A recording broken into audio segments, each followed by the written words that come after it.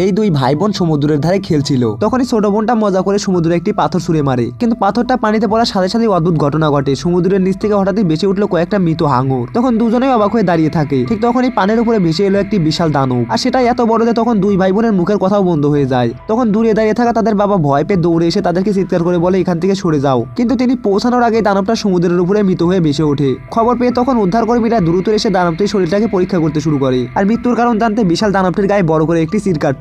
তারপর বিজ্ঞানীদের মধ্যে একদলকে পাঠানো হলো ভিতরটা দেখতে। তখন তারা ভিতরে গিয়ে দেখলো যে একটি ছোট অদ্ভুত অক্টোপাস, যার মাথা দেখতে হাঙরের মতো। আরো ভয়ঙ্কর ব্যাপার হলো সে এখনো নড়াচড়া করছে। তখন এক বিজ্ঞানী পরীক্ষা করতে অক্টোপাসটি হঠাৎই জেগে ওঠে, আর সে তখন সবাইকে আক্রমণ করতে শুরু করে। আর তখন নিয়ন্ত্রণ কক্ষে বস লাইভ ভিডিও দেখে বুঝতে পারে যে সবাই বিপদে পড়েছে। তিনি তখন দরজা খুলে দ্রুত বিজ্ঞানীদেরকে উদ্ধার করতে বলেন, কিন্তু তখন অনেক দেরি হয়ে যায়। দরজা খোলার সাথে সাথে সেই অক্টোপাস তার লাফিয়ে বাইরে বেরিয়ে আসে এবং কি সবাইকে আক্রমণ করতে শুরু করে। তার টেন্টাকল দিয়ে মানুষদেরকে আকাশে ছুঁড়ে মারে, এমনকি সে একজনকে সরাসরি গিলে ফেলে। কিন্তু ঠিক তখনই শ্বাস আটকে গিয়ে অক্টোপাসটা আচমকাই মাটিতে পড়ে যায়, আর সবাই তখন দৌড়ে গিয়ে লোকটাকে উদ্ধার করে। তখন বস রেগে যায়, কারণ তার মূল্যবান নমুনাটি মারা গেছে। ঠিক তখনই সহকারী বলল যার পেটের মধ্যে আরেকটি অদ্ভুত জীবন্ত পানি আছে। তখন বস না ভেবেই সঙ্গে সঙ্গে সেই পানিটাকে ল্যাবে নিয়ে পরীক্ষা করতে শুরু করে, আর মাত্র কয়েক সেকেন্ডে তার শরীর বিশাল আকার ধারণ করে। তখনই সে কাঁচের বাক্স ভেঙে বাইরে বেরিয়ে আসে। সবাই তখন পালাতে শুরু করে, আর পানির তখন এক কর্মী শরীরকে ভেদ করে ফেলে। তখন সেখানে তাকে একটি মেয়ে ভয়ে স্থির হয়ে যায়। তারপর সে হঠাৎ দৌড়ে গিয়ে ল্যাবের দরজাটাই বন্ধ করে দেয়। কিন্তু তখন অক্টোপাস দানবটি পুরো শক্তি দিয়ে দরজায় আঘাত করতে শুরু করে, আর তখনই মেয়েটি সেখান থেকে দ্রুত দৌড়ে পালিয়ে যায়।